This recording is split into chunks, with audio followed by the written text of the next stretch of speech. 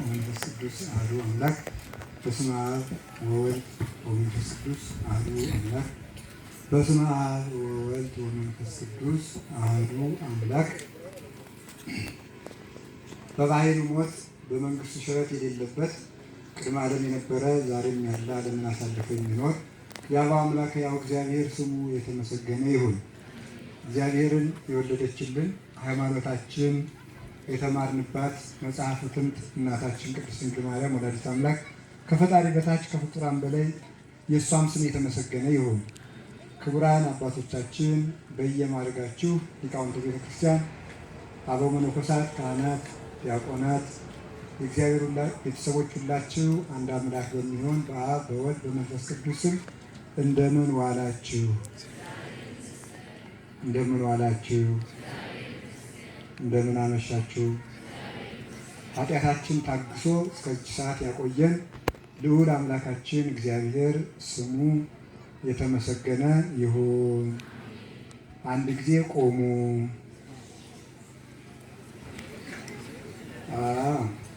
እኔ መዝሙር ስለማልችል ሊቀ ሊቃውንት 5 ደቂቃ ይዘምራሉ። ከዚያች ቢያሳልፉ አስቆማለሁ። መራጊውን ማለት ነው።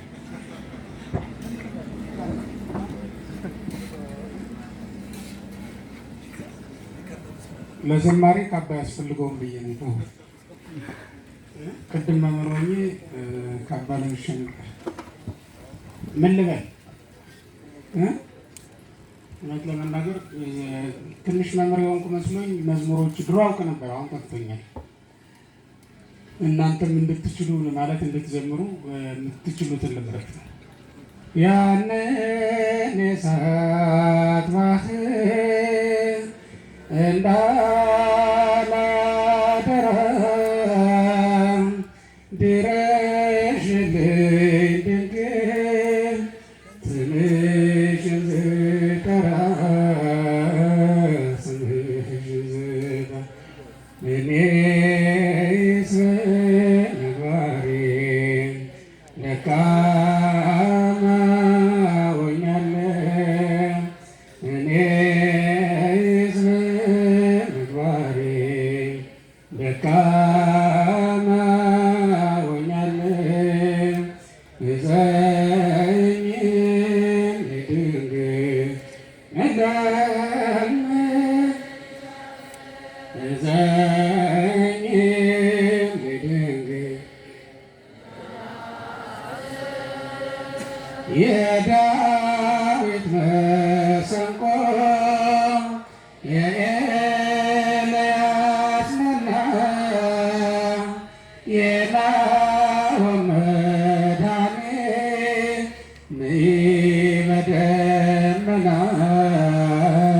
ንኢ በደመና እኔስ በምግባሬ ደካማ ሆኛለሁ። እኔስ በምግባሬ ደካማ ሆኛለሁ። እዘኝ ድንግል እለምንሻለሁ። አፈሳለሁ እንባ በጣም ተጨንቄ እማጸንሻለሁ በደሌን አውቄ በደሌን እኔስ በምግባሬ ደካማ ሆኛለሁ። እኔስ በምግባሬ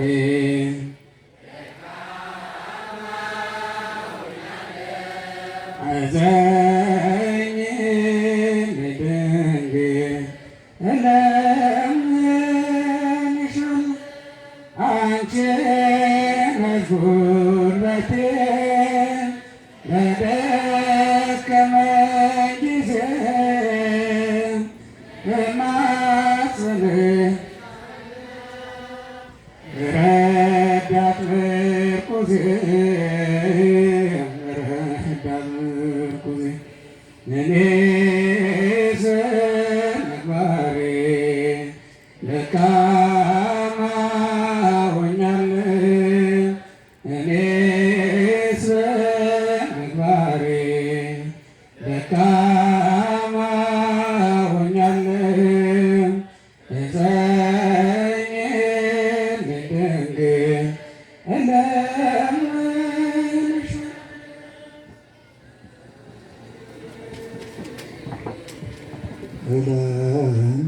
እንለምንሻለን። እኔም ከበረከቱ ይድረሰኝ። ቃለ ሕይወትን ያሰማልን። ወጭ በለዋም እግዚአብሔር አምላካችን በልቡናችን አድሮ እንዲያስተምረን ቅዱስ ፈቃዱ ይሆንልን። ወይእዛሁ ሰብኡ አንስት ለአሐዱ ብእሲ፣ 7 ሴት አንድን ወንድ ይይዙታል የሚል ርዕስ እንመማራለን። 7 ሴቶች በሉ አንድን ወንድ ይይዙታል። በደምብ ሴቶች አትሉም። ምሳሌ ስም ማጥፋት መስሏችሁ ነው? መጽሐፍ ቅዱስ ነው። በሉ ሁላችሁም በሉ 7 ሴቶች በሉ አንድን ወንድ ይይዙታል። እንደገና በሉ። ስለዚህ ርዕሳችን ምን ይሆናል? 7 ሴት ለአንድ ወንድ ማለት ነው። እስኪ ደግሞ ይህንን በሉት አንድ ጊዜ 7 ሴት ለአንድ ወንድ በሉ በሉ። እንደገና 3 በደምብ እስከታች ያላችሁ 7 ሴት ለአንድ ወንድ። ትንቢተ ኢሳይያስ ምዕራፍ 4 ቁጥር 1 ላይ የተቀመጠ ኃይለ ቃል ነው። ይኸውላችሁ እንኳን የኦርቶዶክስ ተዋሕዶ ልጆች ሆናችሁ ለምን መሰላችሁ? አሁን ይሄንን መጽሐፍ ቅዱስ አይተረጎምም የሚል መናፍቅ ወዴት አባቱ ገብቶ ይተረጉመዋል? እንግዲህ እግዚአብሔር ምን አለ? ያለ ዝሙት ምክንያት ሚስቱን የፈታ ሰው እሱ አመንዝራ ነው ብሎ ተናግሮ፣ መጽሐፍ ቅዱስ ላይ ግን 7 ሴት አንድን ወንድ ያገባሉ ብሎ ከተናገረ እግዚአብሔር 7 ሴት ለአንድ ወንድ ይፈቅዳል ብለን ብንጠይቀው መልስ የለውም። ቤተ ክርስቲያን መንፈስ ቅዱስ የሚመራት በትርጓሜ የምትመራ ቤተክርስቲያን ናት የሚባለው ለዚህ ነው። እንዲህ ያለውን ቃል እግዚአብሔር ጭምር ትርጉሙ ምን እንደሆነ ማወቅን የምታሳውቅ የተሰናዳች ቤተክርስቲያን ስለሆነች ማንም ቢሆን ከስጋና ከደም ሆኖ ይህንን ቃል መተርጎምና ማስረዳት አይቻልም። በመንፈስ ቅዱስ ከተረጎሙ አባቶች እቅፍ ስር ካልዋለ በስተቀርና መንፈስ ቅዱስ ዋሽንት አድርጎ ከሚቃኛት የትርጓሜ ትምህርት ቤት ውስጥ ካልሆነ በስተቀር እንዲህ ያለው ነገር ማወቅ ፈጽሞ አይቻልም። በእምነት በኦርቶዶክስ ተዋሕዶ ካልሆነ በስተቀር ይህን ትርጓሜ ሊያውቅ የሚቻለው ፈጽሞ የለም። እና ሰዎች ቢጠይቋችሁ በእናንተ መጽሐፍ 4 ሴት አግቡ በሚለው ትደነቃላችሁ።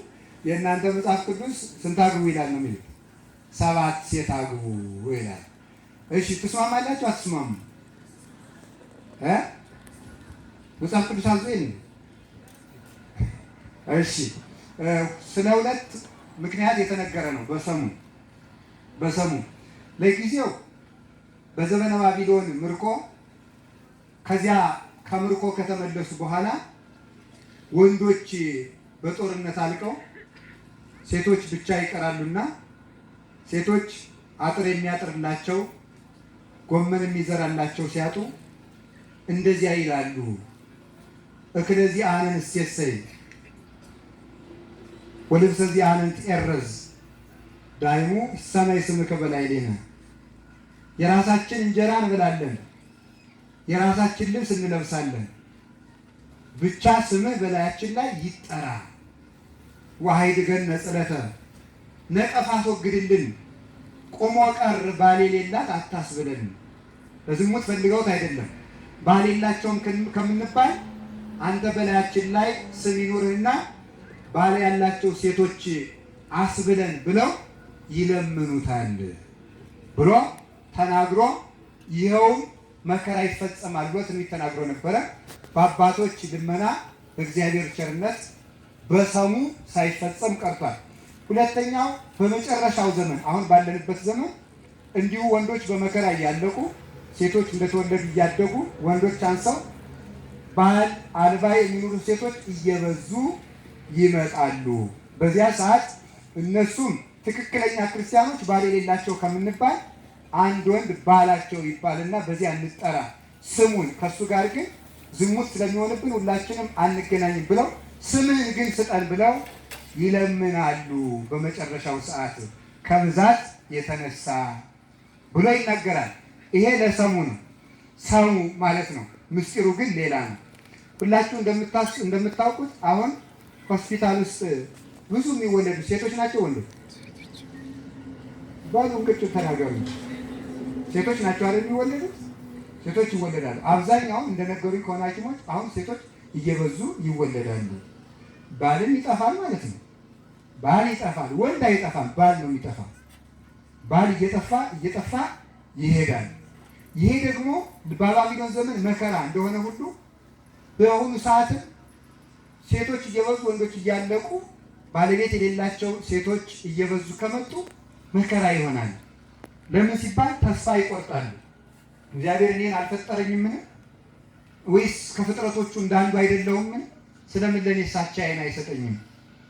እንደዚያ ከሆነ ባል የሌላት ቆማ የቀረች ጠያቂ የሌላት ከምባል ሃይማኖቴን ቀይሬ አራተኛ አምስተኛ በሆን ይሻለኛል ብለው ሃይማኖታቸውን እንዲክዱ ሰይጣን ለተስፋ መቁረጥ ይጠቀምበታል ማለት ነው። ይሄንን ያወቀ ጋኔንም ነው ሰዎችን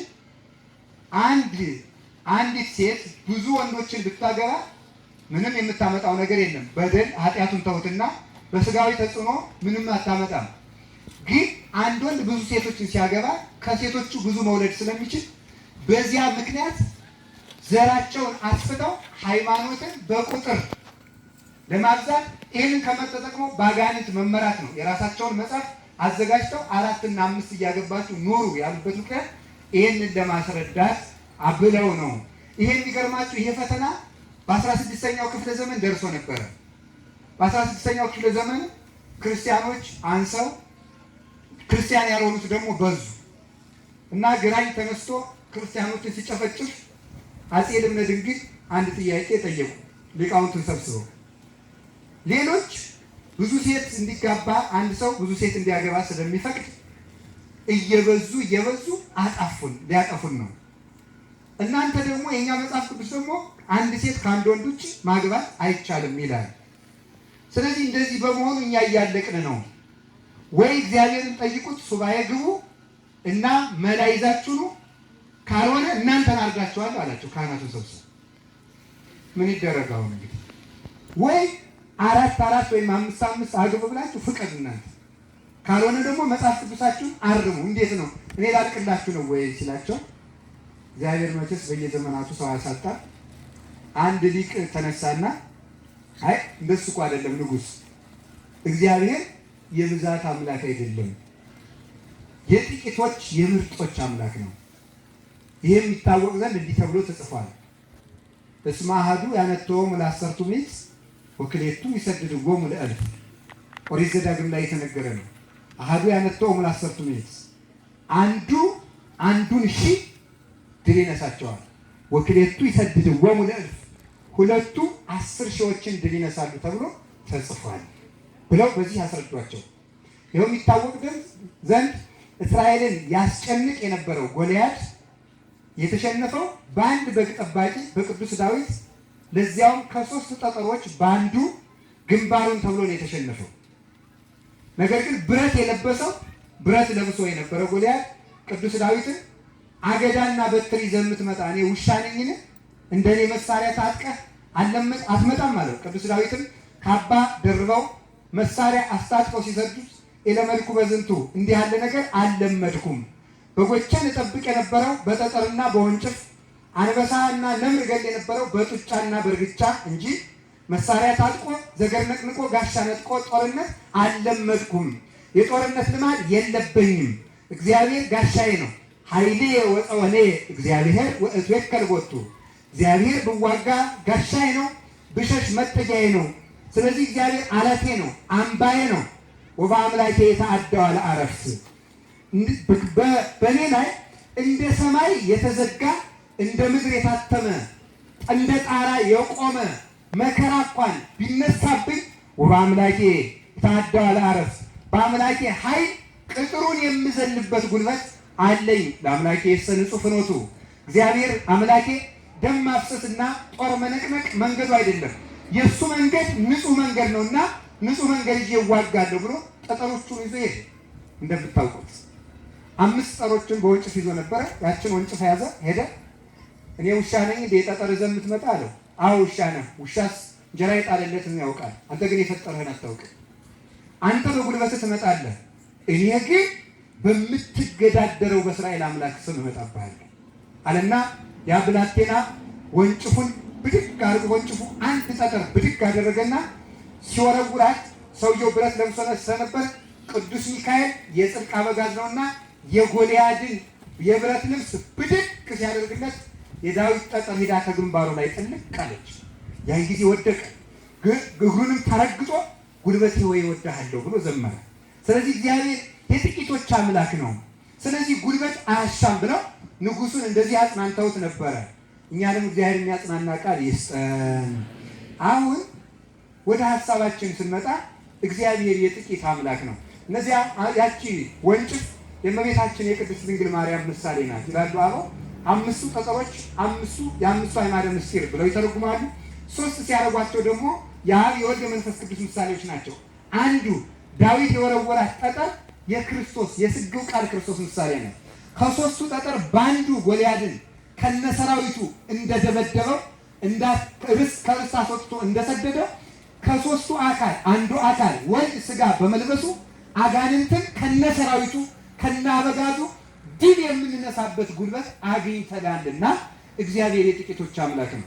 ሰረገላ፣ ፍልጥ የፈርዖን ፈረሶች እንደምታውቋቸው ሳር የሚበሉ አልነበሩ። የእህል ጭድ የሚበሉ አይደለም፣ ወይም እህል የሚመገቡ አልነበሩ። ፍልጥ የሚበሉ ነበሩ። ፍልጥ የሚበሉትን ፈረሶች ድል የነሳቸው በሙሴ የእንጨት በትር ነው። እግዚአብሔር ጌዲዮን ሊዋጋ ሲሄድ በጣም ብዙ ሰራዊት አስከትሎ ሲሄድ ምንድን ያደርገው? ቀንስ አለ። ቀንስ፣ እኔ ብዙ ሰራዊት አልፈልግም። አሁንም ቀንስ፣ አሁንም ቀንስ፣ አሁንም ቀንስ። 300 ደረሱ። እንዴት አድርጌ ልቀንስ አለ። ከወንዙ ስትደርስ ውሃ ጠጡ በላቸው። መሳሪያውን በአንድ እጁ ይዞ በአንድ እጁ ጥልፍ ጥልፍ እያደረገ የሚጠጣው ይሄ ጀግና ነው። ወደ ውትድርና ወሰደው። ተንበል ብሎ እንደ ውሻ የሚጠጣው ግን ለጭንቅ ቀናውን ተዋው አለው እግዚአብሔር። ይኸውላችሁ ሰው የሚሸነፈው አትቆጡ ማለት አትቆጡ። በዘመቻ ጊዜ ሰው የሚሸነፈው በሴትና በውሃ ነው። እንደዚህ በዚህ ሰው ድል ይነሳል። ከ10,000 ሰራዊት አንድ ሴት ትበልጣለች። ምክንያቱም አንዱን የጦር አዛዥ ሄዳ ከቀረበችው ሰራዊቱ ሁሉ ይበተናል ማለት ነው። የሴት ትንፋሽ እንደ ቅል የማያቀልጠው ሰው የለምና ብለው አባቶቻችን እንደተናገሩ ማለት ነው። ከቃሉ ጋር ናችሁ። የማሸነፍ ጥበባቸው ይሄ ልባቸው፣ ቅልስልስነታቸው፣ ደካማነታቸው፣ ለስላሳ ቃላቸው ያዳክማል። ደካማ ሆኖ ግን ኃይለኛ ነው። ልብ የመስመር ጉልበት አለው። ስለዚህ ታላቁ እስክንድር 127 ሀገሮችን ቀጥቅጦ ሲገዛ እሱን ይመክረው የነበረው ፈላስፋ ወታደሮች በየሄዱበት አፍረው እንዳይመለሱ ከሴትና ከውሃ እንዲቆጠቡ ተጠንቀቃል። ማለት ማሸነፍ በሴቶች ስለሚበልጥ ነው እንጂ ወንዶች ወይም ለዝሙት ምክንያት አይሆኑም ማለት አይደለም። ታይቶ መጣል የሴቶች ስለሆነ ነው እንዲህ ብሎ የተነገረው ማለት ነው። ስለዚህ ምን አደረገ? ጌዲዮንም ቀነሰ። 300 ሰዎችን ብቻ ይዞ ሄደ፣ አሸነፈ። ምን አደረገ? ኃይል ዘእግዚአብሔር ኩናት ዘጌዲዮን፣ ኃይል የእግዚአብሔር ነው ጦር የጌዲዮን ነው ብላችሁ ዘምሩ አለ። ኃይል የእግዚአብሔር ጦር የጌዲዮን ነው አለ። እንደዚያ ሲሉ መጀመሪያ 300 ሰው ብቻ እኮ ነው ያዘ። 300ውን ችቦ እያስበራ ፊት ለፊት ሲሰዳቸው ምን አደረጉ መሰላችሁ? ፍልስጤማውያን የመድኃኒዓለም ያለ አላለ። ይሄን ያህል አያውቁትማ መድኃኒዓለም። ስለዚህ ቢያምኑ ኖሮ ይሉ ነበር ብዬ ነው። ስለዚህ ምን አሉ መሰላችሁ? የጦሩ ፊት አውራሪ ይሄን ያህል ከሆነ ጦሩ ምን ያህል ሊሆን ነው ብለው እርስ በርሳቸው ተራርደው አለቁ። እግዚአብሔር የእሱን ጠላቶች የሚያጠፋቸው እርስ በርሳቸው ነው የሚያጠፋቸው። ልብ ብላችሁ ተመልከቱት። እድሜ ካላችሁ በራሳችሁ ማየት ትችላላችሁ። የእግዚአብሔር ጠላቶች የሚጠፉት በራሳቸው ነው። እስራኤልን ከባቢሎን ለማውጣት እግዚአብሔር ጦር አላሰለፈም፣ ሰራዊት አላሰለፈም። 70 ዘመን ሲያጠፉ ለ70 ዘመን ባርነት ሸጣቸው። ንስሐ ሲገቡ ሲያለቅሱ ደግሞ ምን አደረገ? እርስ በርሱን አጨርሰዋል። ናቡከደነፆር ሞተ፣ ብልጣሶር ተጠቃ። ብልጣሶርን በቂሮስ፣ ቂሮስን በዳሪዮስ፣ ዳሪዮስን በእስክንድር እስራኤል ወጡ። በቃ አንዱን በአንዱ ወቅቶ እግዚአብሔር ያጠፋል። እርስ በርሳቸው እንግዲህ አንተ ነህ እኮ እዚህ ሁሉ ነገር ተው እስራኤልን አንቅጠም ብዬ ነበር፣ አንተ ነህ ያፋጀኝ፣ እኔ ነኝ አንተ ነህ የተባብለው እርስ በርሳቸው ተላለቁ ይላል። እግዚአብሔር እንዲተላለቁ አያርጋቸው። አሜን ወልኝ። ልብ ቢሰጣቸው ግን ጥሩ ነው እንጂ እግዚአብሔር እውነቴን ነው። እግዚአብሔር ምን ጊዜም ለመዋጋት ሰው ስላለቀ የእኛ ሰው ቤተ መንግስት ውስጥ የለንም፣ የቤተ ክርስቲያን ሰው የለንም፣ ጀግና ሰው የለንም፣ ፖለቲከኛ ጥሩ ተናጋሪ እንደዚህ መሸበር የለብንም። ክርስቲያን መሆን ብቻ ነው የሚጠበቅብን። ክርስቲያን ከሆን የሚገባንን ከሰራን እግዚአብሔር ለጠላቶቹ ያውቅበታል። በእውነቱ በጠጠር ማሸነፍ በሚሰበር እንጨት መጣል ያቅትበታል። እነ ሰናክሬምን አላየችው? 185,000 ወታደር አሰልፎ መጥቶ እኮ ከፍ ብዬ ወደ ሰማይ ከፍ ብላ ወደ ሰማይ ብትወጣ ዝቅ ብላ ወደ ምድር ብትገባ ሰናክሬም አታመልጠኝም እያለ ሲፎክር ሰናክሬም ምን አለው? ኢሳይያስን አማከረው። ህዝቡን ሰብስበህ ጦር አሰልጥን አላለው። ምን እንዳለው ታውቃላችሁ?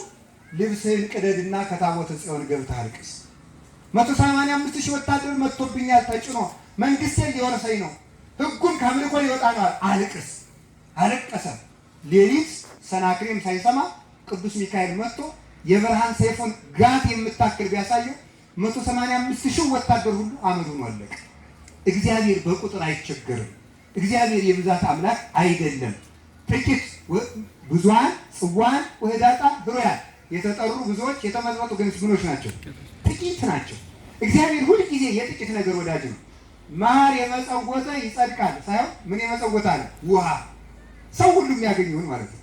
በቤተ መንግስት መወለድ ሲችል በበረት እንደው ለሞቱ ክብር እንኳን ቢኖር በብረት መስቀል ስቀሉኝ ያላለ በእንጨት መስቀል ተሰቅሎ ነው የሞተው። ለአሟሟቱ እንኳን የክብር ሞት አልፈልግም። የክብር ሞት የራቁት ሞትን የፈለገው የግፍ ሞትን የፈለገው በዚያች አሟሟቱ። በዚህ ነው አባቶቻችን ዘኬዎስ ክርስቶስን ማየት አቅቶት መውጣት ቢያቅተው ከሾላ ዛፍ ላይ ወጥቶ ክርስቶስን አየ ይላል። ሾላ የተባለ ሾላ በጣም ነቀዝ የሚበላው የተናቀ እንጨት ነው። ወይራ ቢሆንም በሆነ ክርስቶስን ለማየት ለምን ሾላን ተጠቀመ ይላል። ምን ማለት መሰላችሁ? ሾላን ሰዎች ይነቁታል፣ ለዘኬዎስ ግን ክርስቶስን አሳይቶታል። አጋንንትና መናፍቃን በሚንቁት በክርስቶስ መስቀል እግዚአብሔርን እናይበታለን፣ አጋንንትን እናሸንፍበታለን። ይህ ጉልበት እስካለን ድረስ ቤተክርስቲያን ምንጊዜም ድል ትነሳለች። ቤተክርስቲያን ድል የምትነሳው ቤተክርስቲያን ራሷ ድል ከተነሳች ብቻ ነው። ኃጢአት ከወረረን ብቻ ነው። ጉስቁልናው ከነገሰብን ብቻ ነው። እግዚአብሔር የቀደሳቸውን ሕዋሳቶቻችን የአመፃ መሳሪያ ከስል እናደርጋቸው ብቻ ነው። ስዕላቱን አይተን እግዚአብሔር እንድናይበት የተፈጠረው አይናችን እርኩሰት ሲመለከቱ ውሎ ሲያደር፣ እግዚአብሔር ልንሰማበት የተፈጠረ ጆሮ የእርኩሰት መንቆርቆሪያ ሲሆን፣ በእግዚአብሔር ቤት እንዲቆም በቀኝ እንዲቆም የተፈቀደለት እግር ከእርኩሰት ቆሞ ውሎ ሲያድር፣ ሆዳም ስንሆን፣ ዘረኞች ስንሆን፣ ክፉ ስንሆን ብቻ ልንነሳል። እግዚአብሔር በቁጥር ድል አይነሳል። አብርሃም 5 ነገሥታትን ያሸነፈው 318 ሰው ይዞ 318 ሰው ይዞ። ይሄ ምን ማለት ነው? በዓለም ያሉትን ጎደሎ ሰዎች በጠቅላላ በአንድ ላይ በ318 ሊቃውንት ሃይማኖት የሚያምን ሰው ድል ይነሳቸዋል ይላል። የአባቶቻችን ሃይማኖት ድል እንድንነሳ ይርዳን በሉ። በዚያውም ግን ለእግዚአብሔር ግን ሕዝብ አትከልክሉበት።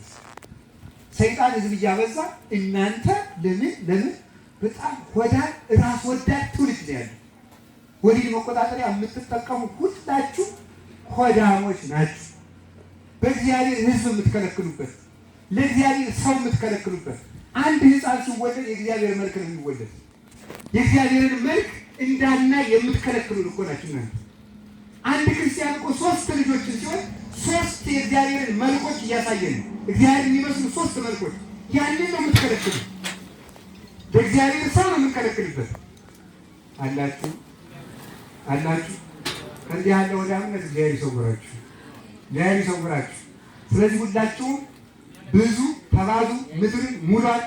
ዛሬ የምነግራችሁ ወዲህ መቆጣጠሪያ የሚጠቀም ሰው ለእግዚአብሔር አንተን ማየት አልፈልግም ማለት ነው። እናት ብዙ ጊዜ እኔ እናገረዋለሁ። እናት ከወለደች በኋላ የሚያስተካክሉ ሌሎች ዝም በሉ። ሁላችሁ አናጺ አትሁኑ። እናት እስከምትወልድ ድረስ ትጨነቃለች። ከወለደች በኋላ የተወለደውን ልጅ ስታየው ምጧን ትረሳዋለች። ወዲያው ካለው ቤተሰብ ጋር መጫወት ትጀምራለች። 24 ሰዓት ብታመጥ እንኳን ልጇን ካየችው ምጡን ረሳ ጨዋታ ነው የምትጀምረው። ይሄን ከእናቶቻችን አይተናል በእውነቱ ማለት። ይሄ ምንድነው የሚያስተምረው መስላችሁ? ለምንድን ነው እናቱ ምድር እስከሚጠባት ድረስ አንድ ሐኪም ቢነግረኝ ጥሩ ነበር። እንግዲህ የአንድ ሴት ምጥ አንድን እግር መንገድ ላይ አንጥፎ በመኪና በስንት መኪና ጎማ ይሆናል? በመኪና ጎማ የመጠቅጠቅ ያህል ነው ህመሙ ይባላል። ወይም ከጎና አጥንት ስንቱ 9 ይሁን 10 የመሰበር ያህል ነው ህመሙ ይባላል። በእውነት ነው የአንድ ሴት ምጥ አንድ ጊዜ ስትወልድ የሚሰማት ህመም ማለት ያንን ረስታ ልጅ ስታገኝ ለምንድን ነው ደስ የሚላት ስትሉ ልጁ የእግዚአብሔር መልክ ስለሆነ ነው። ህፃኑን ስታይ እግዚአብሔርን ስለምታይ በልጁ መልክ ሐዘኗንና መከራዋን ትረሳዋለች። ያንን ደስታ ነው የምትነፍኩት ማለት ነው። እግዚአብሔርን አምልኮና መንግስት እየከለከልንበት ነው። አንዱ ችግር ያመጣብን ይሄ ነው። ራሳችን እየተቀነስን ስለሆነ ትውልድ ቅነሳ ስለያዝን እግዚአብሔርን የቆምነውንም በሞት እየቀነሰን ነው። በሰይፍና በገጀራ እየቀነሰን ነው። ራሳችን ቀንሰን ብለን ለምን ሆናል? ጽንስ ማስወረድ ወሊድ መቆጣጠሪያ መጠቀምን የሚያህል በደል የለም በእውነቱ። እንዲያው አንድ መጽሐፍ ምን ይላል? ጽንስ የሚያስወርዱ ሰዎች ይላል ባልና ሚስት ልጁ ገነት ይገባል። ይገርማቸዋል። 6 ወር ሳይወራ በቃ ከ40 ቀን ከተጸነሰ ከ40 ቀን በኋላ ሰው ነው። በ40 ቀን የሰው ልጅ መልኩ ተሰርቶ ያልቃል ይላል መጽሐፍ። በ40 ቀን ከዚያ በኋላ ቢያስወርዱት ያ ህፃን ምንድን ነው? ሰው ነው። ስለዚህ ምን ይላል? በትንሣኤ ዘጉባኤ ጊዜ የ30 ዓመት ሰው ሆኖ ይነሳል። ሴት ከሆነ ጾታውም የ15 ዓመት ሔዋንን አክሎ ይነሳል። እስከዚያ ገነት ይገባል። እስከዚያ ዘመኑን በሙሉ በእናት አባቱ ላይ ፍረድባቸው እያለ ሲጸልይባቸው ይኖራል። ምን እያለ? አንተ የፈቀድክልኝን መሬት ሳላያት እንድሞት አድርገውኛልና አቤቱ መሬት ተከፍታ ተዋጣቸው፣ በግራ አቁማቸው እያለ ይጸልይባቸዋል። ከዚህ በኋላ ሰዎቹ መጨረሻ ላይ መቀመቃት ይወርዳሉ። ልጁ ግን በትንሣኤ ዘጉባኤ ይነሳል። ስለዚህ እግዚአብሔር ሰዎች ይህንን ኃጢአትና ግፍ መናቅ የለብንም። ሲሆን በዝሙት አትውደቁ፣ አትሰናከሉ። ከወደቃችሁ ደግሞ ለምናችሁ ቢሆን አሳድጉት። በየሜዳው ልጅ እየወለዳችሁ አትጣሉ። ይህ መቅሰፍት ነው፣ ለሀገር መቅሰፍት ያመጣብን ይሄ። ለምናችሁ ለምን አታሳድጉ? እናንተ ከማን በልጣችሁ ነው? የእናንተ ክብር። ማርያም እንኳን ለምን አይደል አምላክን ያሳደገች? ውሃ ለምና እንጀራ ለምና ሲሳይ አዝላ እየተራበች ውሃ አዝላ እየተጠማች ሀገር አዝላ እየተሰደደች ነው ያሳደገች። ይህን መከራ ተቀብላ መጠጊያ እያጣች የሌሊት ግርማ የቀን ፀሐይ ሀሩር እየጸናባት ማዘን እየተሳናት ጀርባዋ ሲደክም በጉያዋ ምዕረ በገቦች ወምዕረ በዘባነች እየደከመ ታች ደግሞ ስታስቀምጠው ይደክመዋል። የቀሚሷን ጫፍ ይዞ ዘይን እያለ ያለቅስባታል። እንዲህ ተሰቃይታን ያሳደገችው። መከራን ፈርታችሁ መከራን የሚፈራ ራስ ወዳድ ስግብ እንዲያውንማ እንዲውስ አራስ መሆን አልፈልግም ብለው ማህፀን እየተከራዩ የሚያስወልዱ ሳሏል ውጭ ሀገር ማለት ነው። እንዲህ አለም እኮ መጥቷል ማለት ነው። እኔ የእግዚአብሔር ቤተሰቦች እግዚአብሔር በፈቀደልን መንገድ እንድንጓዝ ቀኙን መንገድ ይምራል። ስለዚህ ዘመናችሁን ተጠቅማችሁ ልጅ ውለዱ። በዚያውም ደግሞ ይኸውን ቅድም ያልኳችሁን እንደው እህቶቻችን ወንድ ነው እንጂ እያገኘዋለ ባል እያገኘዋለ በእርግጥ ሴትም የለም። እውነትን ልናገር አሁን ከዛሬ 3-4 ዓመት በኋላ የዲያቆን ሚስት ይገኛል ብዬ አላስብም። ሁሉም በሜዳ እየወደቀ ስለሆነ ማለት ነው። እስቲ ግንግልናችሁን ዲያቆን ይሆናችሁ እኔ ለዲያቆን ነው የምሆነው ለካህን ነው የምሆነው ብላችሁ ጠብቁ። ነገ ማን ሊባርካችሁ ነው? ሴቶቹ በየሜዳው ድንግልናችሁን ከጣላችሁ ዲያቆን ምን ያግባል? ስለዚህ የሚባርክ አጣን ማለት ነው። ግን ምዕመናን አስባችሁታል? የትዳር ትክክለኛና መቀደስና መስተካከል የሲኖዶስ መስተካከል እንደሆነ፣ የገዳም መስተካከል፣ የምንኩስናና የክህነት መስተካከል እንደሆነ አውቃችሁ ነው። ትዳር ማለት ሃይማኖት የሚቀጥልበት ሰንሰለት ማለት ነው። እሱ ሲበላሽ ሁሉ ይበላሻል። ሴቶች ድንግልናቸውን ሲጥሉ በምን ክህነት ይሰራል? ስለዚህ ራሳችሁን ጠብቁ። በዚያውም ዘንድ እውነቴን ነው አንዳንዶች እህቶቻችን እያስቸገራችሁ ወይ የሚገባ ትዳር አትይዙ በየሜዳው የምታረግሱ ወንዶችም አላችሁ። ከዳተኞች የሆናችሁ ማለት ነው። ያንን ሲፈሩ ብዙ እህቶቻችን በእውነት ማን ይታመናል እያሉ እራሳቸውን ዝም ብለው ጊዜያቸውን የሚያሳልፉም አሉ። ይሄ ነገር አሁን ቀላል ሊመስላችሁ ይችላል። ቆይቶ ፈተና ይሆናል። አይ ማን ወንድ ታሙ እያሉ ራሳቸውን ሲከለክሉ ብዙ ባል የሌላቸው ሴቶች ይፈጠራሉ። ያ ሲፈጠር ደግሞ ለቤተክርስቲያን ፈተና ነው። እኔ ግን የምናገረው በዚህ ደፍሬ እርሱ አስቸጋሪ ሊሆን ይችላል። ደፍሬ የምናገረው ማግባት የሚገባችሁ ሰዎች በጊዜ አግቡ። አንድ ሁላችሁም የሚገባችሁን በቃኝ በሉ። ይልቁን ገንዘብ አጠራቀማለሁ እያላችሁ ኃጢአታችሁን ለሲኦል አትሽጧት። ሲኖረኝ ያገባለሁ እያለ ብዙ ሰው እስከዚያ ድረስ ግን በዝሙት ራሱን እያረከሰ የሚኖር ሰው አለ። ሲኖርህ አገባለሁ ስትል የምታገባበት ጊዜ ደርሷል ስትል እግዚአብሔር በሞት ሊወስድህ በቃ ይበሉና በንጽህና በጊዜ የሚሆናችሁን ሰው ያዙ። ምድርን በዝሙት አታርክሷል። አንድ እሱ ነው። ሁለተኛ ደግሞ ማግባት የግድ አይደለም። ሰምታችሁኛል? ማግባት የግድ አይደለም። መመንኮስም የግድ አይደለም። አንዳንዱ ያስጨንቃል። ወይ አግባ ወይ መንኩስ ይላል።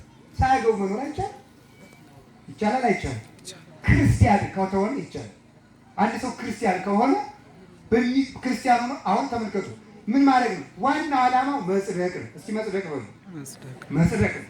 አባ እንጦንስ የኔ ክብር ግን ከነቢያት ነው ከሐዋርያት ወይስ ከመላእክት ወይስ ከሰማዕታት ወይስ ከደናግል ወይስ ከመነኮሳት የኔ ክብር ከነማን ጋር ነው በረሃ ውስጥ መከራ እየተቀበልኩ ሲል፣ አይ እንጦንስ በቤተ መንግስት እንዳለ ሰው እንኳን አትሆንም አለ። ቤተ መንግስት ሲሄድ በጊዜው የሚለበሰው የተልባ እግር ልብስና የሱፍ ልብስ ነው። ያንን ለብሶ ኩፍ ጫማ የሚባል ነበር። እሱን አድርጎ በቤተ መንግስት ሲገማሸር አገኘ። አንተ ሰው እግዚአብሔር ልኮኛል ወደ አንተ አለ። ኧረ አባቴ እኔን ወደ እርስዎ ይልካል እንጂ ተማሪ ብሎ እርስዎን ወደ እኔ ይልካል? እኔ እኮ አንድ በቤተ መንግስት የምኖር አመፀኛ ነኝ አለ። አይ ግድ የለም በእግዚአብሔር አትከልክለኝ፣ እንግዲያውስ ማታ ከቤት እንገናኝ። እቤት ወሰዳቸውና ለአባ እንጦንስ እህል ሰጥቶ እሱ ሳይቀምስ ቀረ። ልብሰ መንግስቱን ሲያወልቀው ሙሉ ሰንሰለት የለበሰ ጥርስ ያለው ሰንሰለት አድርጎ ሲጎነበስ ሰውነቱን እያረደው ሲቃና እያደማው በሙሉ ሰውነቱ በደምና በእዥ ጎርሶ የሚኖር ባይታዊ ነበር። ለካ የሚኖረው ግን በዓለም ነው። ጥቁር ራስ ነው። አባ እንጦንስም ራሱን እየጠፋ እንጦንስ የዚህን ሰው መከራ የአንዱን ቀን ያህል እንኳን አልኖርኩም እያለ በትሕትና ተመለሰ ይላል።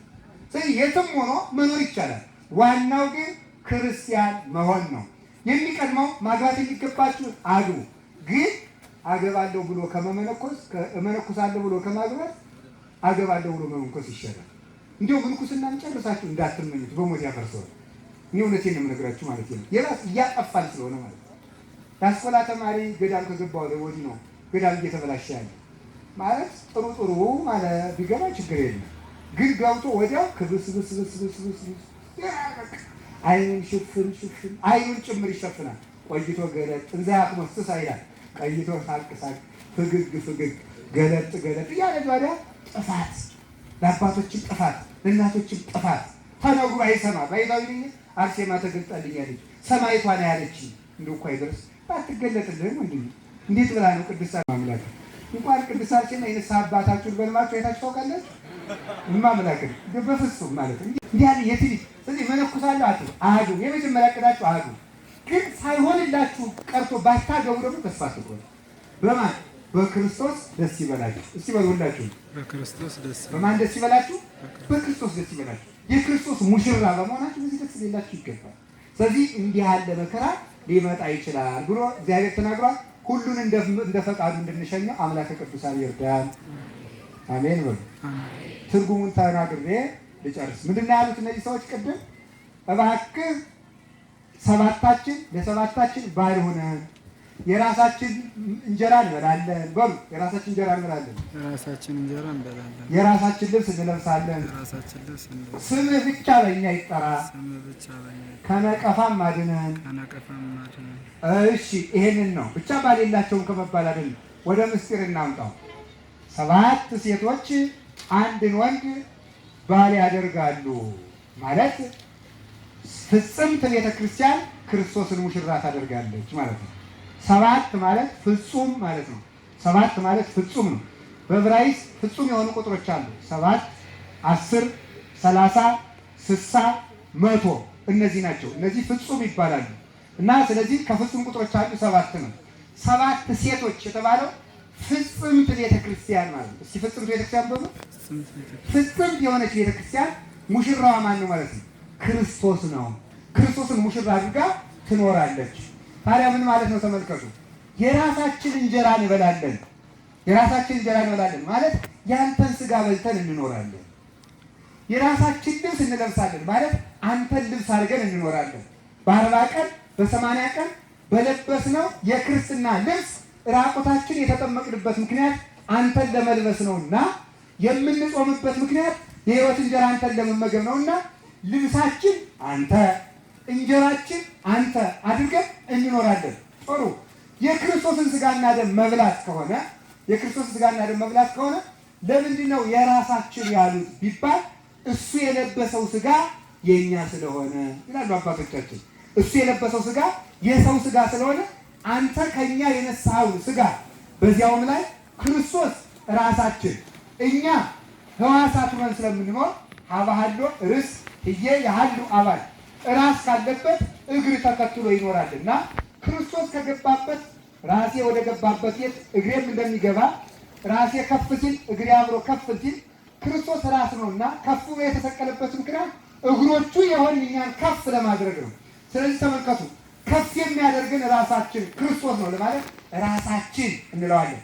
ራስ አንድ ሰው እጁን ተቆርጦ ይኖራል፣ ራሱን ተቆርጦ አይኖርም። ሰው ያለ ሀብት ይኖራል፣ ሰው ያለ ሹመት ይኖራል፣ ሰው ያለ ሀገርም ይኖራል፣ ሰው ያለ ጤናም ይኖራል። ሰው ያለ ጤና እኮ ይኖራል፣ ሰው ያለ አካል ይኖራል።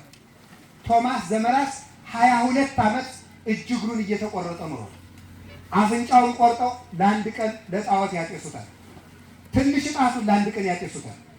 ትልቅ ጣቱን አስባችሁታል? 22 ዓመት አካሉን እየቆረጡ አስረው ለጣዖት እያጤሱት ኖረዋል። አንድ ቀን መሞት እኮ መታደል ነው። 22 ዓመት እየተቆረጠ ቢጋሩ እዚያ እግሩ ተቆርጦ መጨረሻ ላይ ምኑ ቀረ? አንገቱ፣ የአፍንጫው ተቆርጧል፣ ጆሮ ተቆርጧል፣ ከንፈሩ ተቆርጧል፣ እጁ ተቆርጧል፣ እግሩ ተቆርጧል። ቢጋሩ ብቻ ይሄ ጉንዱ ብቻ ቀረ። እንደዚያ ብሎ መናፍቅ ሲነሳ ተማሪዎቹ በቅርጫት ተሸክመው አከርክሮ ይወስዱት ነበር። በቅርጫት በአህያ ተጭኖ ይወስዱ ነበር። ሰው ያለ እጅ ያለ እግር ኑሯል፣ ያለ አፍ ኑሯል፣ ያለ አፍንጫ ኑሯል። እንኳን ያለ ልብስ፣ እንኳን ያለ ቤት፣ እንኳን ያለ መኪና፣ እንኳን ያለ ሀገር ይቅርና ሰው ያለ አካልም ኑሯል። ሰው ያለ ራስ ግን አይኖርም። ራሱ ከተቆረጠ በኋላ ይሞታል። ሰው መኖር የማይችለው ያለ ክርስቶስ ብቻ ነው። ክርስቶስን ካጣን ብቻ ኑሮ የለንም። ሌላውን ተውት፣ ሌላውን ብናጣ እንኖራለን። ክርስቶስን ካጣን ግን አንኖርም። አሁን ያጣነው ክርስቶስን ነው። እውነቴን ነው የምነግራችሁ፣ ሌላ አይደለም። አሁን ባለትዳሩ ያጣው ክርስቶስን ነው። ብድግ ብሎ በቃ የሚያገባው ወይ ለኑሮ አጋርነት ነው ወይ በቃ ቤቱ። አንዳንዱ ሰው አይጣ ላይ ድረስ ነው። አንዳንዱ ሰው ደግሞ የሚያገባው እንግዳ ሲመጣ ቤቱ ቡና ፍልታ ሻይ ፍልታ ግጥም መውለድ እንደቆየው ነው ደግሞ እንደሚናገረው። አንዳንዱ ደግሞ መልከኛ ሴት ካገባ ያቺ እኮ የገሌ ሚስት ናት ተብሎ ድግስ ሲሄድ እንደው እንዲደነቅ። አንዳንዱ ሰው ደግሞ እንደዚህ አድርጎ ያገባል። አንዳንዱ ደግሞ ከዘመዶቿ ገንዘብ ፈልጎ ያገባል። ፍትሐ አንቀጽ 24 ተመልከቱ። አንዳንዱ ደግሞ መልክ ፈልጎ ያገባል። ይሄ ለሚቆረጠው ለሚለው ማለት እሱም ፈልጎ ያገባል። አንዳንዱ ለዝሙት ለስጋ ፈቃድ ብሎ ያገባል። ግን ተመልከቱ፣ ክርስቶስን ፈልጋችሁ አግቡ። ትዳር የሚመሰረትበት ምክንያት ክርስቶስ ተፈልጎ ነው። የሚመነኮሰው ክርስቶስ ተፈልጎ ነው። ኑሮ ሲመራችሁ ሁሉ እየሄዳችሁ አትመልኩስ። ለኮ ይቀለደ ዘጎየ ማጸባ ይሉታል ያለው አባ ገሌ እኮ ገዳሙን ጥለው ወጡ ሲባል የትኛው እኛ የዛሬ 7 ዓመት የመነኮሱ እኛ ዘጎየ ማጸባ ይባላል። ዘጎየ ማጸባ ማለት ገንዘቡን ተዘርፎ የመነኮሰ ማለት ነው። ሲያጣ የመነኮሰው ዘጎየ ማጸባ ይባላል። ዘጎየ ማጸባ ዘጎየ አጸባ ነው። በደምብ ስሙ። የቤት ስራ ልስጣችሁ ፍቹ ነው። ልንገራችሁ። አይ ወርደታችሁ ግዝ እኮ ኢትዮጵያውያን አይደላችሁ። ዘጎየ ማጸባ ማለት ችግር ፈርቶ የሄደ ማለት ነው። ችግር ፈርቶ የመነኮሰ ሰው ሲበለጽግ ቆቡን ይጥላል። ይሄ ነው ችግሩ ማለት ነው። ስታጣ ከመነኮስ ስታገኝ ትጥለዋለህ ማለት ነው። ሁሉንም ነገር ለክርስቶስ ብለን እናደርገው። ያን ጊዜ ክርስቶስ አሁን ከልባችን የጠፋው ሀብት አልጠፋ፣ እማምላክን ጥበብ አላጣን፣ ዳኝነት አላጣን። ያጣነው እግዚአብሔር ብቻ ነው። አሁን ሰሞኑን እንዲህ እየተባለ ነው አይደል? እንዲህ እኛ ኦርቶዶክሳውያን እየተጨቆነ ነው። እውነት ነው። እንደዚህ የሆነ ዘር እየተጨቆነ ነው። እሺ ጥሩም አይደለም። ታዲያ ምን ይባል? እንደራጅ። አይ ተልባ ቢንጫጫ በአንድ ሙቀጫ። ክርስቶስን አልባ መደራጀት ተልባነት ነው። ክርስቶስን ይዘህ ከሆነ ቆርበህ ብትደራጅ ልክ ነህ። ጸልየህ ብትደራጅ ልክ ነህ። ሙሴ ከየት ሲወጣ ህዝቡን እየመራ ወደ እስራኤል ሲሄድ መንገድ ላይ አንድ ቀን ኧረ እንግዲህ እስቲ ሰልላችሁ ብሎ ሀገሪቱን ሰልለው ሲመጡ እንዴት ናት የምንገባበት ሀገር? አይ ረጃጅም ሰዎች ሞልተውባታል አሉ። እና ወደ ግብፅ እንመለስ። እግዚአብሔር እንዴት ታበሳጩታላችሁ? ፈርዖንን ገሎላችሁ ለእነዚህ ረጃጅም ሰዎች ትፈራላችሁ ብሎ ሲገስጻቸው መለሱና እንዲያውም አሁን እንግጠም አለ። አይ ተመልከቱ፣ ይኸው ችግር እኮ ይሄ ስሜታዊ ክርስቲያን እኮ ይሄ ነው። ዝም ብሎ ኳሽቶ በቃ አሁን እንግዲህ በዚህ ሰሞን 1-3 ቀን ጀግና ነው የምትሸቱ። እንግዲህ ጸሎቱ አይቀራችሁ ምን በቃ እንደው በቃ ቅዳሴም በቃ ነጠላችሁ ጣለጣል ይሸታል። በሳምንቱ ለጥ በቃ ዞራችሁ ማለት ነው። ወጣና እንደ ሸምበቆ ተንከባለለ እንደ ሙቀጫ ነው። እኔ ነው ችግሩ ማለት ነው። ወጥ እባካችሁ እንደው ስር ሰዳችሁ እደጉ አለ ቅዱስ ጳውሎስ። ይህ የስሜት ክርስትና ተውስም ብሎ ይህ የመደናነቅ ክርስትና፣ የመሞከሻሸት የመክበስበስ ክርስትና መቅረት ነው ያለበት። እግዚአብሔርን አተዋል መፈልግ ይጠበቃል። ከዛ ምን አላቸው ሙሴ? አይደን መግጠም አለብን። አሁን እንዲሁ ነን ተጨቁነን፣ እኛ የእግዚአብሔር ሕዝብ ነን። መንገድ ከልክለውብንም አይቀሩም፣ ርስታችሁ አጥቅተን እንወርሳለን። አይ እግዚአብሔር ከእናንተ ጋር አይደለምና እንዳትገጥሙ አለች። እስቲ በሉ እግዚአብሔር ከእናንተ ጋር አይደለምና በሉ። እግዚአብሔር ከእናንተ ጋር አይደለምና እንዳትገጥሙ አለች። ይኸው ገጠሙ። አህመድ አድርገው ሰድሏቸው አሜሪካ። ከዚያ በኋላ ግን እግዚአብሔርን አስፈቅዶ ታቦተ ጽዮንን ይዘው ማይደረ እግዚአብሔር ሆነው እስራኤል ተስተካክለው በመንፈሰ ረድኤት ከብረው ሲሄዱ ግን ድል ነስተው የስንት ዓመት ግንብ በእልልታ ብቻ ፍርሰው ርስት ወረሱ። እግዚአብሔር ከኛ ጋር ሲሆን በእልልታ ግንብ ይፈርሳል። እግዚአብሔር ሳይሆን ግን ብንደራጅ እኛን አንዲት ጠጠር ታፈርሰናለች። እውነቴን ነው የምነግራችሁ። ስለዚህ የመጀመሪያው እግዚአብሔርን መፈለግ ነው። ኧረ በሞት ይበሉ እግዚአብሔርን መፈለግ በሉ እንጂ ለእግዚአብሔር ብላችሁ ኑሩ። ዛሬ በቃ የመጨረሻው መልዕክት የሚሆነው ይሄ ነው። ለእግዚአብሔር መኖር ሲበሉላችሁ ለእግዚአብሔር መኖር ስትነግዱ ለማን ብላችሁ ነው? ለእግዚአብሔር። እኔ ነግጄ ወይ አንድ አብነት ትምህርት ቤት ከፍታለሁ በሉ እስኪ የምትማሩትን ለእግዚአብሔር ብላችሁ ተማሩ። እኔ ተምሬ ባለስልጣን ሆኜ ቅን መፍረድ አለብኝ፣ የእግዚአብሔርን ስም በቢሮ ማስከበር አለብኝ ብላችሁ ሲያስቡ፣ ስትነግዱም እንደዚያው፣ ስትሰሩም እንደዚያው፣ ስትማሩም እንደዚያው፣ ስታገቡ ራሱ ይሄ እንዲሁ በእውነት ንጹህ ካህን መውለድ አለብኝ፣ ንጹህ መነኩሴ መውለድ አለብኝ ብላችሁ ማግባት አለባችሁ። እንዲሁ ዝም ብሎ እንዲሁ እኮ እንኳን አሁን እኔ አሁን ባህር ዳር አንድ ጊዜ ሰርግ መገኘት ብዙ አልወድም እና አንድ ሰው ካልተገኘ እያለ አስቸግሮ አይኔ ሰርግ አልወድም ግን እምቢ አለኝ። ሰርግ እወዳለሁ ግን መገኘት አልወድም እንጂ ስትጋቡ ደስ ይለኛል።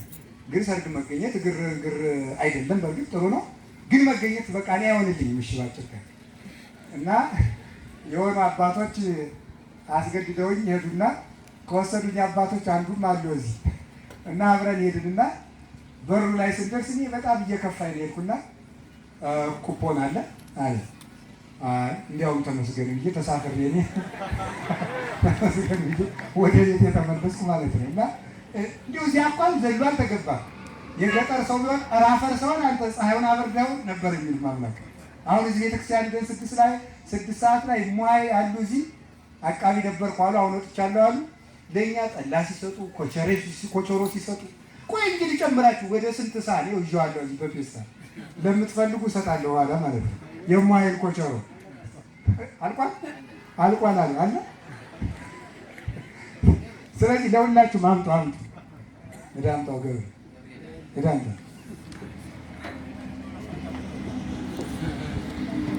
አምጣ። አሁን ሁላችሁ ይችን እየቆረጠራችሁ እንድትተሩ እሺ፣ ልግስና እንድትማሩ ነው። ምንም የላቸውም ግን ቤት ያለችውን ኮቸሩ ሰጥተው ሰደዱ።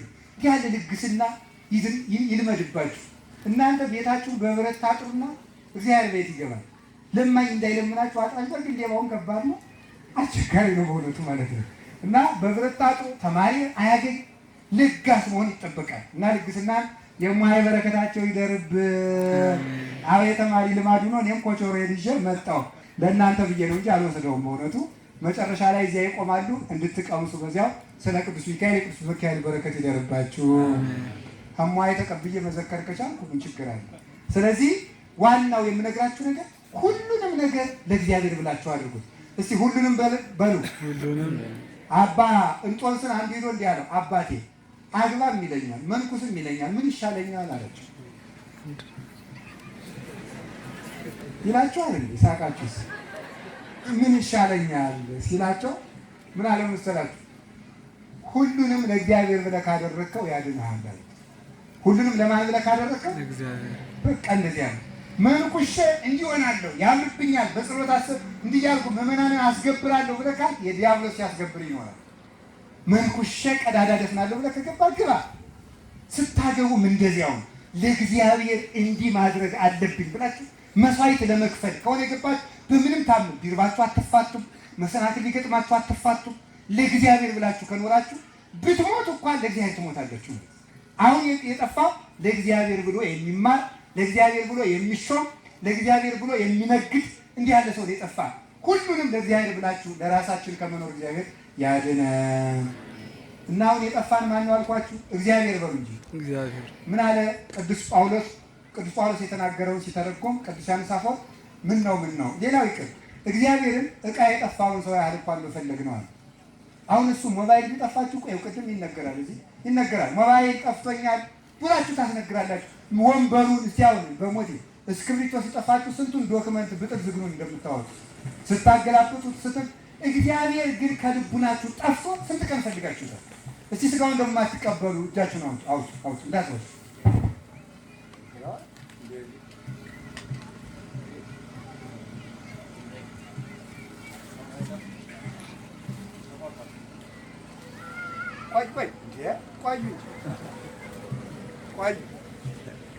ቆዩ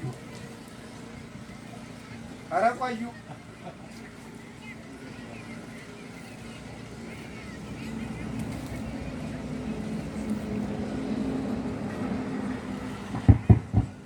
ቆዩ እንጂ አውጡት።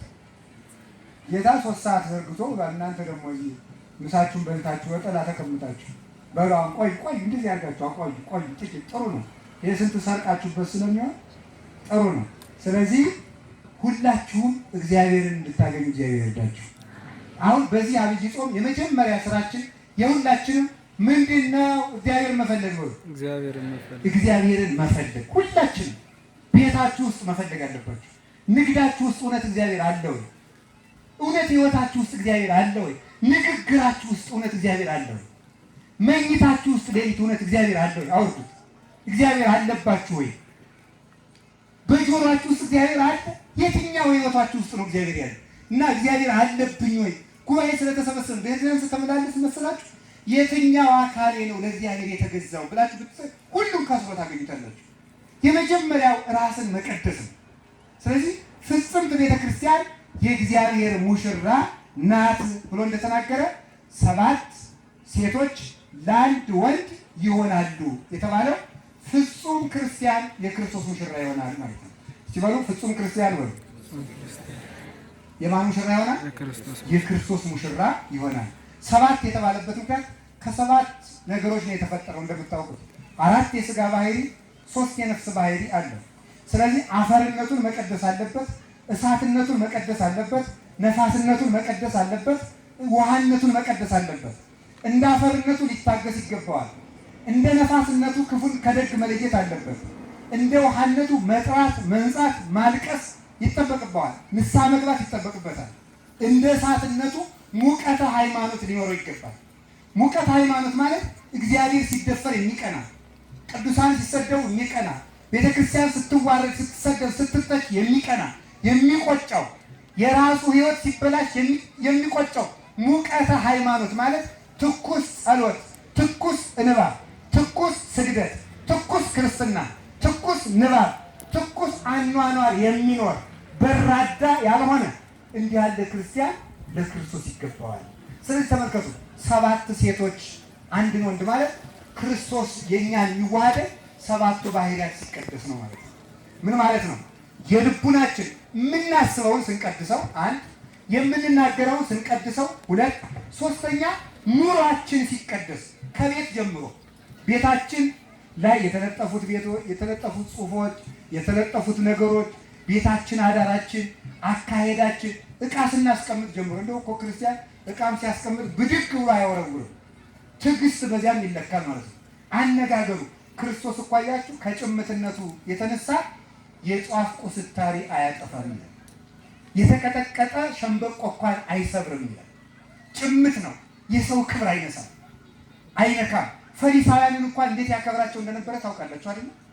እሱ የካህናት አለቃ ሆኖ ግን ኃጢአተኞችን ከፈወሰ በኋላ ራስህን ሂደህ ለካህን አስመርምር ነው። ያ ማለት የፈሪሳውያንን ክብር ላለመንካት ነው። የሰው ክብር የሚነካ ተሳዳቢ ክርስቲያን አይደለም በእውነቱ ማለት። አሁን ደግሞ የያዘን የስድብ መንፈስ እግዚኦ ማረነ ክርስቶስ ሙልጭ ብሎ ያደረብን። አሁን እኮ እናንተ ለምን አባቶች አይናገሩ የምትሉት እኮ እውነት እንዲነገር ፈልጋችሁ ብቻ አይደለም፣ ለምን አትሳደቡም ጭምር ነው ማለት። አንዳንዱ አሁን ይገባና በፌስቡክ በኢንተርኔት ገብቶ ተሳድቦ ወራዳ የኛ ቤተክርስቲያን እንዳይደለችም ስላለ እውነት የተናገረ ይመስላል። ይህ ራሱ ክርስትና አፍን አለመቀደስ ነው። ጆሮአችሁ መቀደስ አለበት። እውነት የለም ለማንም መከፈት የለበትም። እና አሁን የምትሰሙትን ቀድሱ፣ የምታዩትን ቀድሱ፣ የምትውሉበትን እግራችሁ የሚረገጠውን ቀድሱ። ሁለንተናችን ሲቀደስ የክርስቶስ ሙሽራ እንሆናለን። ያን ጊዜሳ ምን ይሆናል ካላችሁ እክለዚያን ልበል ክርስቶስ መብላችን ይሆናል። ያ ማለት ስጋውን ደግሞ ከመቀበል አልፎ ለዕለት እንጀራችን እሱ ያስባል ማለት ነው። ወምን አለ ወደ ሰዚያንን ጨርስ የራሳችን ልብስ እንለብሳለን። በክርስቶስ እናጌጣለን። ጌጥ ባይኖረን እሱ ጌጥ ይሆንና ብንራቆት ልብስ ይሆንና ልብስ ከብርድ እንደሚጋርድ ከዓለም መከራ ሁሉ ክርስቶስ ይጋርድናል። መግቦቱን ጌጥነቱን ውበትነቱን ለክርስቶስ ሲሰጥ ነው። እሱ ይሆንናል። እሱ ኃይለ ጽን ይሆንናል፣ ብርታት ይሆንናል። ወይም አካለ ስጋ በእህል እንደሚጠነክር እክል ያጸን ኃይለ ሰብ ይላል። ተመልከቱ፣ እህል የሰውን ኃይል ያጠነክራል ተብሎ ተነግሯል አለና ቅዱስ ቄርሎስ። እህል የተባለው ግን ጤፍ ወይም በቆሎ ወይም ሽምብራ አይደለም። ሲሲታ ለነፍስ ቃላቲሁ ለእግዚአብሔር፣ የነፍስ ምግቧና እህሏ ቃለ እግዚአብሔር ነው፣ በሱ ይጸናል። ስለዚህ የበላ እንዲጠነክር ብርቱዎችና የማትሸነፍ የሚያደርገን የክርስቶስ መብል መጠጥነት ነው። ኃይል ለማሸነፍ ኃይል ያስፈልጋል። ኃይል ደግሞ ክርስቶስ ነው። ክርስቶስን ለማግኘት ደግሞ መንጻት፣ የነጻ ክርስቶስን ይበላል፣ የበላ ይጠነክራል፣ የጠነከረ ድል ይነሳል። እኛ የድል ልጆች ነን። ምን አለ? ጽንዑንከ እስመ አነ ሞይክወለ አለ። አይዟችሁ ጽኑ እኔ ዓለሙን አሸንፌዋለሁና አለ። ዮሐንስ ወንጌል ምዕራፍ 16 ቁጥር 33 ላይ አይዟችሁ ጽኑ እኔ ዓለሙን አሸንፌዋለሁና ማለት እናንተም እንደኔ አሸንፉ ነው። ለምን አናሸንፍም ካላችሁ የእሱ ስላልሆን ነው። እንደሱ ለማሸነፍ የእሱ መሆን አለብን። የእሱ ለመሆን ከእግር ጥፍራችን እስከ ራስ ፀጉራችን የነገሰብንን የልማድ ኃጢአት ቆርጠን መጣል ይጠበቅብናል። ያን ጊዜ የክርስቶስ እንሆናለን። ከዛ ምን አለ? ዳይሙ ይሰማይ ስምከ በላዕሌነ ነው። ምን አለ? ስምህ በእኛ ላይ ይጠራ። እስኪ በእኛ ላይ ይጠራ። ስምህ በምን ይጠራ? በአንተ ስም እንጠራ። አሁን እንግዲህ ከዛሬ ጀምሮ ባይሆን እዚህ ውስጥ ያለው ሰው ዘረኛ ካልሆነ ይበቃል። እዚህ ውስጥ ያለው ካልሆነ አይበቃም? ይበቃል። እስቲ ቀኝ እጃችሁን አውጡልኝ። በሞዴ አውጡና ሁላችሁ ስምህ በእኛ ላይ ይጠራ በሉ። ስምህ በእኛ ላይ ይጠራ፣ እኛም በአንተ ስም እንጠራ በሉ። እኛም በአንተ ስም። ከዚህ በኋላ የትም ሀገር ሳንሆን የማን ሰዎች ነው? የእግዚአብሔር ሰዎች ነው። እግዚአብሔር ይስጥልኝ። እሱ ብቻ ይበቃናል። ስለዚህ ምን ማለት መሰላችሁ? እንዲህ ማለት ይኸውላችሁ ዘረኝነትን መጥላት ማለት ዘረኞችን መጥላት አይደለም። ዘረኝነትን መጥላት ማለት ዘረኛ አለመሆን ነው። ዘረኛ ካልሆንክ ዘረኞችን አትጠላም ማለት ነው። ዘረኝነታቸውን ትነቅፈዋለህ እንጂ። ስለዚህ እንደዚያ ከሆነ ደግሞ ዘረኞች ሲጠፉ ደስ አይልህም ማለት ነው። ዘረኝነት እንዲጠፋ እንጂ ዘረኛ እንዲጠፋ ግን አንፈልግም። ለምን? እሱ ዘረኛ እንዳይሆን እንጸልያለን እንጂ። እንዴት እንደወረድን ግን ታስባላችሁ? ወርደን እኮ ሰው እንዲሞት እየጸለይን እኮ ነው። በእውነቱ ነው ሰው እንዲሞት። አሁን በነፍስ መግደል ወንጀል ውስጥ ያልተያዘ ሰው አለ? እስቲ ሁላችሁ ራሳችሁን በእግዚአብሔር ፊት አድርጋችሁ አሁን ሁላችሁ በዚህ ዘመን የሆነ ሰውን እገሌ ቢሞት ብላችሁ የምታውቁ እጃችሁ ነው። እግዚአብሔርን ፈርታችሁ። ይሄ ሁሉም ነፍሰ ገዳይ ነው። ሁሉ ነፍሰ ገዳይ ነው። የምሬን ነው የምነግራችሁ። ቀልድ ይመስላችኋልና በሀሳብ ነፍሰ ገዳዮች ነው። ጨርሰን በየቀኑ ስንገድል ነው የምናት። ይቅር ባዮች መሆን ይጠበቅብናል። ይቅር ካላል እግዚአብሔር ይቅር ሊለን አይችልም። እንዲህ ያለመሆን ደግሞ ራስ ዘረኛ ለመሆን በሌላው የምትጠላውን ኃጢአት አንተ ከሰራህ አንተ ከዚያ ሰው ብልጫ ምንድን ነው? ዘረኛው እንዲጠፋ ከፈለግ አንተ ዘረኛው። ስለዚህ ዘረኝነትን የጠላው ያንተ ሀሳብ ባለመተግበሩ ነው እንጂ ሰው ዘረኝነትን ስለምትጠላ አይደለም። የተስርቁት ለሊቀ ትሰርቅ አንተ አትስረቁ ትላለህ፣ ራስህ ትሰርቃለህ። ራስህ ዘረኛ ነህ፣ ራስህ ራስ ወዳድ ነህ። ይህንን አውጥተህ የጣልክ እንደሆነ የክርስቶስ ሙሽራ ትሆናለህ። የማንም ቤተክርስቲያን የማንም አይደለችም። የማናት? አረባሉ የክርስቶስ ቤተክርስቲያን ነው። እህላችን እንበላለን፣ ልብሳችን እንለብሳለን። ልብሳችን ክርስቶስ ነው፣ የእሱ ሙሽሮችን ነው። ዘር ከእሱ እንቀበላለን፣ እሱን እንጸንሳለን፣ እሱን እንወልዳለን። መጨረሻ ላይ የምነግራችሁ ነገር ቢኖር ከቃሉ ጋር ናችሁ። ምን አለ? አይድገን ጽለፈ ነቀፋን አንተ አስወግድልን ይላል። በአንተ ስንጠራ አያችሁ በደምብ እንዴት እንዳመጣው ተመልከቱ። መጀመሪያ የማን ሙሽራ መሆን ይቀድማል? የክርስቶስ በሉ እንጂ የክርስቶስ ለመሆን ምን ማድረግ አለብን? አሁን ባጭቃ በዚህ ዘመን እማምላክን ከልቤ ነው የምነግራችሁ።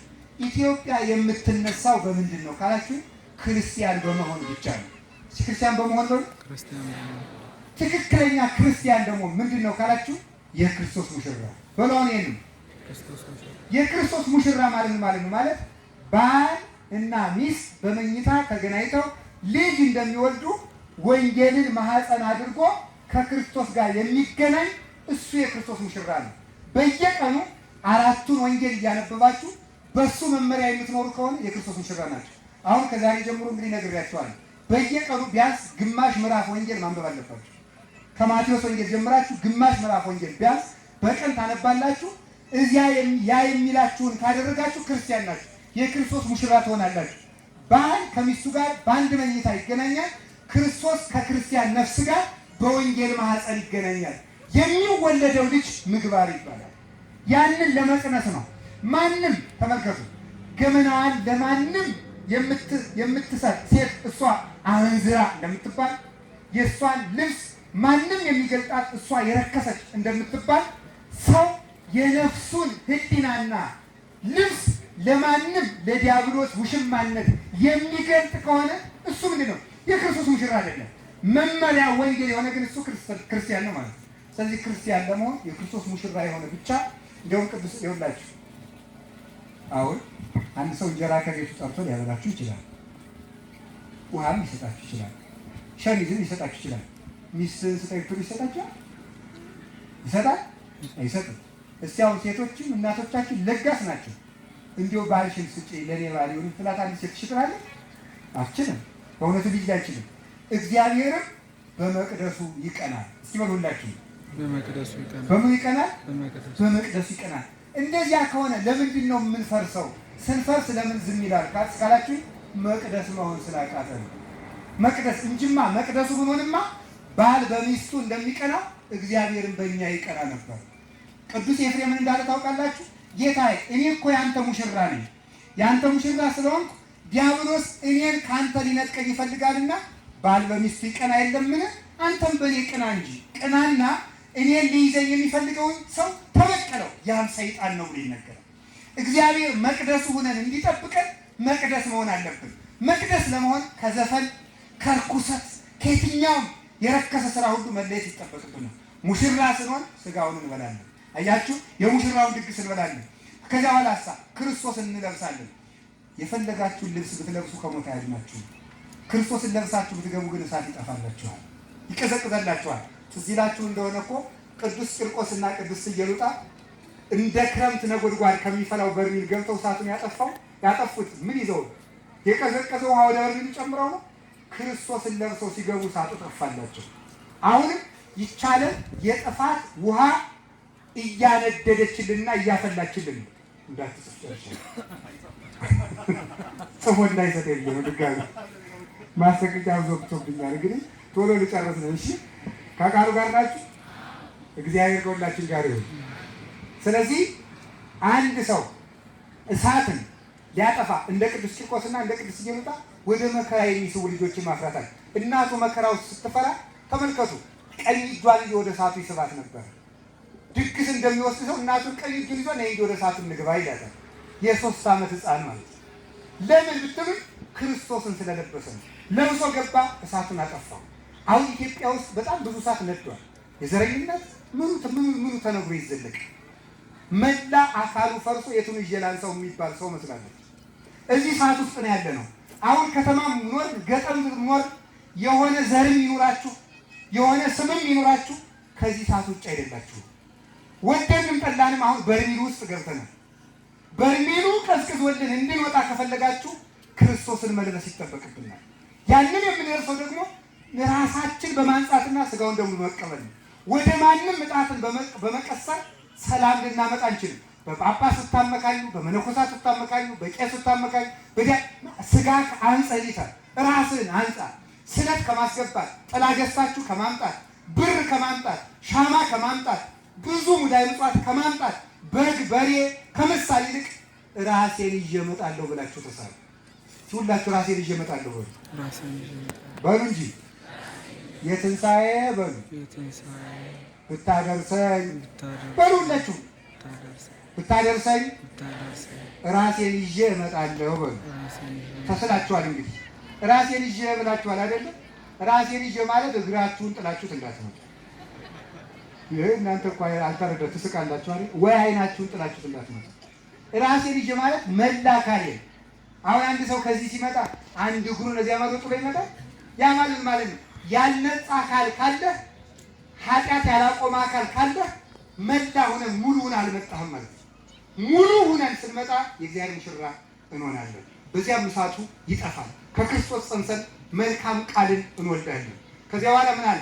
ይእተ አሚረ ያበርህ እግዚአብሔር በዚህ መብል በምክረ ስባት ይሁን። ያን ጊዜ ሰባቱ ሴቶች ለአንድ ወንድ የሆኑለት ማለት ክርስቲያኖች ሙሉ የክርስቶስ የሆኑለት ወይ ቃላቸው የእግዚአብሔር ልባቸው የሰይጣን ወይ ጧት ክርስቲያን ማታ የሰይጣን ሳይሆኑ ሙሉ ክርስቲያኖች ሙሉ በሙሉ ቤታቸው፣ ገንዘባቸው፣ አካላቸው እኔና ቤት የእግዚአብሔርን እናመልካለን እንዳለ ቤቱ፣ ምንጣፋቸው፣ መኝታቸው፣ ንግግራቸው፣ ኑሯቸው እና ስጋቸው እና ነፍሳቸው እና ልባቸው ሁለንተናቸው የክርስቶስ የሆነለት ይእተ አሚረ ያበርህ እግዚአብሔር በዲበ ምድር። ያን ጊዜ እግዚአብሔር በምድሩ በብርሃን ይገለጣል። ምን ያደርጋል? ምን ያደርጋል ካረጋችሁን ከመ ይቀብዎሙ ለእለ ተርፉ በእስራኤል ወለእለ ተርፉ በጽዮን። ያን ጊዜ አለ ወያክብርዎሙ በእስራኤልና በጽዮን የተረፉትን ይጠብቋቸው ዘንድ እግዚአብሔር በብርሃን ይገለጣል። ወተረፈ ኢየሩሳሌም የሀየው በሰላም። ያን ጊዜ በኢየሩሳሌም የተረፉት በሰላም ይኖራሉ። ከኃጢአት የቀሩ ኃጢአት ያልወሰዳቸው ኃጢአት ያላሰናከላቸው የኃጢአት ትል ያልበላቸው ተርፈው የቀሩት ክርስቲያኖች በሰላም ይኖራሉ። እግዚአብሔርም ብርሃኑን በእነዚያ ላይ ይገልጣል። እግዚአብሔር ብርሃኑን የሚገልጠው የፍትህ ብርሃን፣ የአንድነት ብርሃን፣ የሰላም ብርሃን በኢትዮጵያ ላይ የሚገልጠው ክርስቲያኖች የእግዚአብሔር ሙሽራ የሆኑለት ነው። ሙሽርነታችን ጠብቀን ለሀገራችን ሰላም ለማምጣት ያብቃን። ያንን ሰላም ይውላችሁ። እናንተ የምን ጨው ናችሁ? የትምህርት የንግግር የመጨረሻ ነው። እናንተ የምድር ጨው ናችሁ በሉ እስኪ። እናንተ የምድር ጨው ናችሁ በሉ እንጂ። እናንተ የምድር ጨው ናችሁ። እሺ፣ ምድርን የሚያጣፍጠው ማን ነው ተባለ? ጨው። ያማልና እናንተ የተባለው ክርስቲያኖች ነው። ክርስቲያኖች ከተበላሹ ዓለምን የሚያሳምር ሰው አይገኝም። ክርስቲያኖች ከጣፈጡ ዓለም በክርስቲያኖች ይጣፍጣል። አሁን ዓለም በሙሉ ቁም ስቅሏን ያየችው ነገር የተገላበጠው በምንድን ነው ካላችሁ፣ እኛ ራሳችን ገፍተናል። እኛ ቆሻሻ ስለወረድ ከክርስትና ሰገነት ስለወረድ እንደ ቆሻሻ እየተጠረግን እንወድቃለን እና የክርስቶስ ሙሽራ ሆነን መላ ሰውነታችን ለእግዚአብሔር ቀድሰን ለሀገራችን ሰላም ለማምጣት ጉልበቱን እግዚአብሔር ያድለን። ስብሐት ለእግዚአብሔር ወለወላዲቱ ድንግል ወለመስቀሉ ክቡር። ይቆያል።